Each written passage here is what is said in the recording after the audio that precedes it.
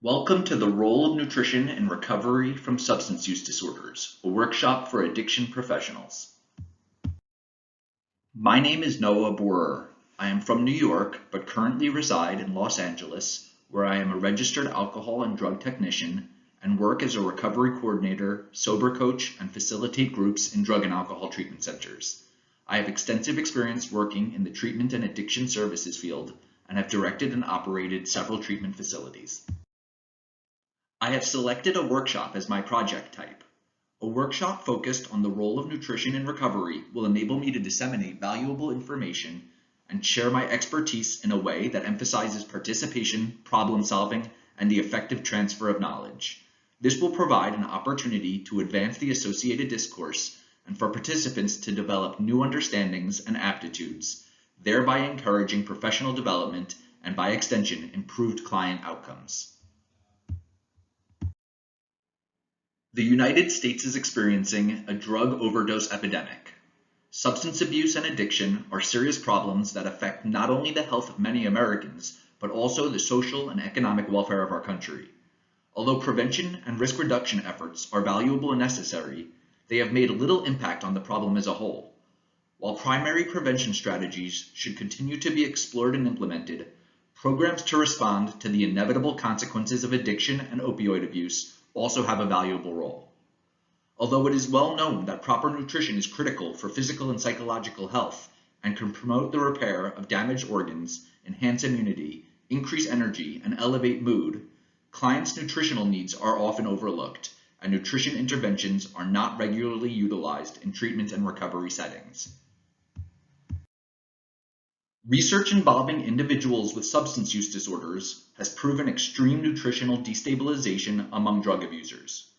It has been known for some time that individuals with substance use disorders often experience malnutrition, weight and dietary pattern changes, and have significant vitamin and mineral deficiencies.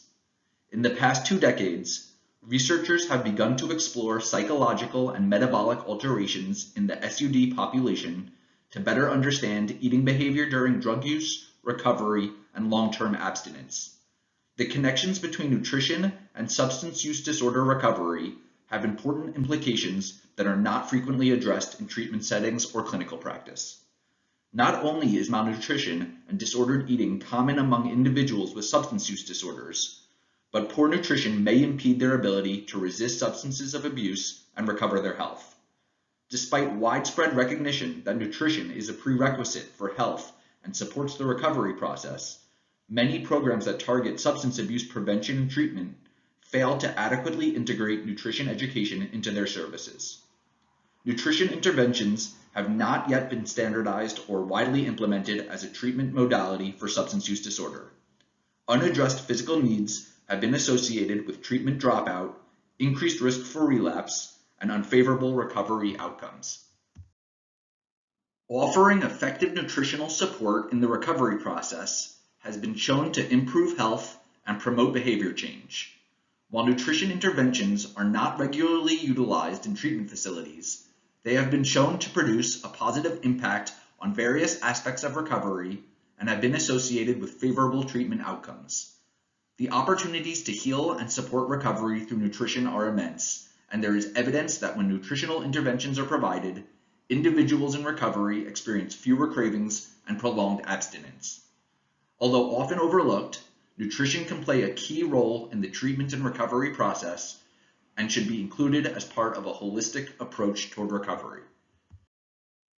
Researchers have long acknowledged that the current model of substance use treatment has been unsuccessful in providing the degree of desired outcomes and have highlighted a need to identify other potentially fruitful dimensions of treatment. There is a critical need to identify enhanced treatment protocols and new methodologies to provide effective support to individuals with substance use disorders. Despite abundant research suggesting significant deleterious consequences of substance abuse on nutritional status and supporting the utility of nutritional interventions in the recovery process, nutritional therapy remains an uncommon component of treatment programs. Integrating nutritional education into recovery settings can address the nutritional deficiencies and promote healthy lifestyle changes and management, both of which can improve physical and mental health. Addiction professionals should consider reevaluating the role that proper nutrition can play in SUD treatment and advocate for its inclusion in the treatment process. Although it can be argued that additional nutritional education would be advantageous to all, within the context of the role of nutrition in recovery, it is sensible to target addiction professionals since they are responsible for providing treatment and services to this population who is increasingly vulnerable to poor nutritional status.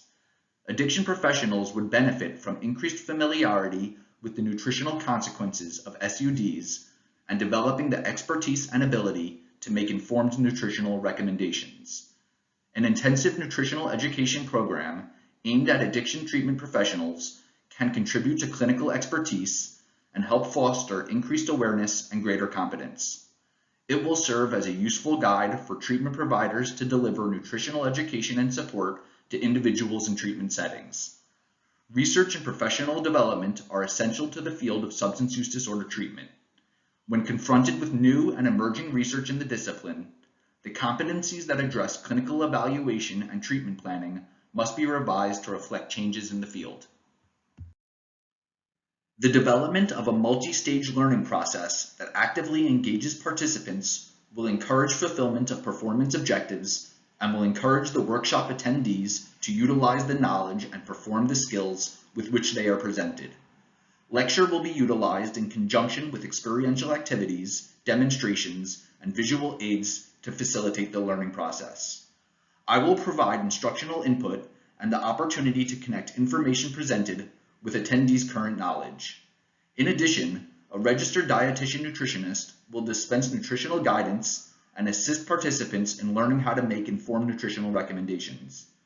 Interactive activities will lend an experiential dimension to the learning process and generate a valuable opportunity for the facilitator to assess for understanding and provide feedback.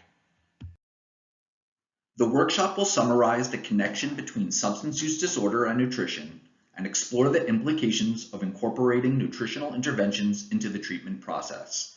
The various effects of drug use on nutrition and eating behavior will be examined, as will the instrumental role nutrition can play in recovery. 5 themes derived from current research on the subject and outlined in my literature review will be discussed. This will include an exploration of eating behavior during active addiction, metabolic and physiological dysfunction, the relationship between appetite and addiction, poor nutrition and the recovery process, and that nutritional interventions remain uncommon in treatment settings. In addition, I will provide opportunities for guided practice where participants will practice applying new concepts and skills in situations that closely simulate real-world conditions while receiving guidance and feedback from the facilitator. Participants will examine the feasibility of incorporating nutritional interventions into their treatment services and explore both current and historic barriers to successful integration. As part of this process, it was necessary to assess if the potential benefits of the workshop and associated research are justifiable in the light of the possible risk of physical or psychological harm. The application of ethical principles serves to protect all parties and provide safety to both client and practitioner while upholding the integrity of the discipline. This is supported by an awareness of ethical guidelines and associated regulations for mental health professionals. APA ethical codes and codes of conduct have been examined and applied to the development and potential implementation of my project. Steps have been taken to ensure that the information I intend to disseminate is accurate and objective. Proper authorship credit has been given throughout the various deliverables comprising this project. Accuracy and transparency related to the workshop and facilitator was maintained in all representations and advertisements. An informed consent form has been generated and will be distributed to all workshop participants. When presenting a workshop, considering factors associated with cultural diversity is critical. Consideration of cultural context and cultural differences encourages successful communication and diminishes the possibility of misunderstanding or marginalization. When contemplating the cultural diversity considerations for my applied research project, I recognize that both the delivery and content of my workshop needs to be presented with sensitivity and thoughtfulness. This will be supported by cognizance of my own biases and belief systems, as well as an awareness of the diversity of my audience and the clients they serve. It will be important to address how the application of my topic might vary among different populations, and further, to urge the attending professionals to consider the unique needs and preferences of the individuals with whom they work. A more holistic approach to addiction treatment, including addressing nutritional and dietary imbalance in a culturally appropriate way, is likely to yield better outcomes. As part of this presentation, it will be communicated that attendees should employ culturally sensitive evaluations and assess for any potential barriers clients may have to learning and behavior change, including but not limited to socioeconomic status, education, and literacy skills. In addition, it will be emphasized that although there exist general dietary recommendations, nutritional counseling is a highly individualized endeavor that must address unique dietary needs and profiles while considering sociocultural context. Consideration of cultural diversity factors and promoting inclusion are important steps in disseminating information, providing effective support, and bridging the gap in access to healthcare. When presenting a workshop or training, it is useful to conduct an assessment regarding the effectiveness of the program and to determine whether desirable outcomes have been achieved. A program evaluation can usefully identify strengths, weaknesses, and areas of needed improvement, thus rendering future iterations increasingly successful in providing a valuable service to participants and thus promoting increasingly favorable client outcomes. To meaningfully evaluate the effectiveness of the training, it will be necessary to define observable and quantifiable performance objectives. Since the final objective of training is the distribution of usable knowledge, it is critical to identify new aptitudes participants will possess having completed the program. Aligning with the overall objective of the workshop, an appropriate performance objective may be the ability to successfully design and implement nutritional services as a component of participants' treatment programs. Another objective may be the ability to conduct screenings and assessments, create basic nutritional plans, and to deliver general yet appropriate nutritional guidance. Although the informal evaluations of participant progress will be conducted throughout, a culminating feature of the learning process will be an assessment of participants' understandings. In addition, the program evaluation will endeavor to collect participants' perceptions related to the value of the training delivered. 3 surveys will be administered at different periods to collect data associated with participants' attitudes and awareness, as well as respondents' intentions to incorporate nutritional support into their treatment services. Positive responses in interviews and surveys will indicate favorable attitudes. Asking related questions at different intervals will allow me to report on variations in the overall views of the addiction professionals. This will offer insights related to whether attitudes, competencies, and perceived barriers change after an intervention is presented. In addition, information related to the perceived value and effectiveness of the program and identification of strengths, weaknesses, and areas of needed improvement will be gathered. While engaging with this assignment, I learned the practical application of research methodology and program development. In doing so, I was shown how to appropriately incorporate a variety of research skills, instruments, and methods into the design and planning of a health promotion intervention. In addition, I was encouraged to think critically about my own research and that of others.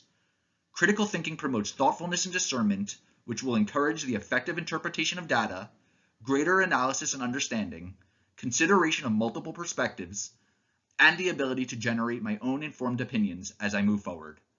In addition, the ability to identify and resolve ethical and cultural issues that may arise in research is a fundamental competency of mental health professionals and advanced learning students.